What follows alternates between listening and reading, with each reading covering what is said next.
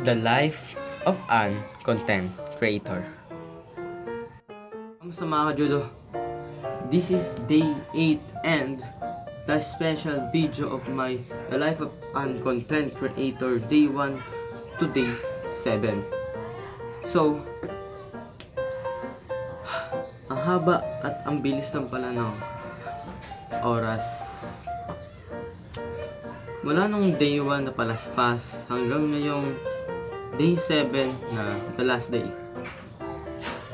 Ang daming mga aral na natutunan. Katulad ng corrupted. Yung corrupted kasi ay minadali kong video and hindi ko namalayan na hindi pa pala siya na-upload at yun ang pagkakamali ko. Minadali ko yung isang bagay na hindi naman dapat. Kaya lagi niyong tandaan at isipin ang mga ginagawa ninyo bago kayo magpatuloy sa gagawin nyo. Katulad na rin ng lazy day and busy day. Ito yung oras at araw na marami akong ginawa at nakakalimutan ko yung ibang priority ko. Katulad ng video na ang vlogging, yung gaming channel ko na Kuya Bibi, and yun, nakakalimutan ko.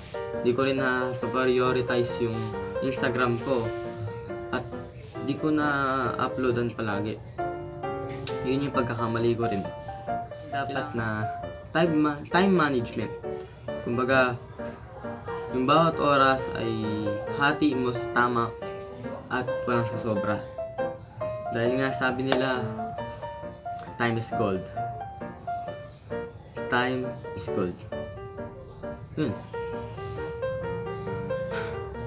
Siguro mag-upload ako ng day 1 to day 7 full movie of an content creator. Hindi ko pa sure. Pero baka next week pa. Kasi edit ko pa nga. And spoiler, mag-upload din ako ng isa pang horror game pero tatapusin ko na talaga. Yun lang mga judo, and kaya nag-upload ako ng days 8 na special video. Dahil yung mga karanasan ko at mga pagkakamali. Kaya lagi nyo tandaan mga ka-judo na andyan palagi si Papa Jesus. And hanggang dito na lang po ang ating video. Magkita-kita tayo sa susunod na episode or vlog. Kaya salamat po sa panonood mga ka-judo. See you sa next episode. Share this video to your friend. Have a great day. See ya!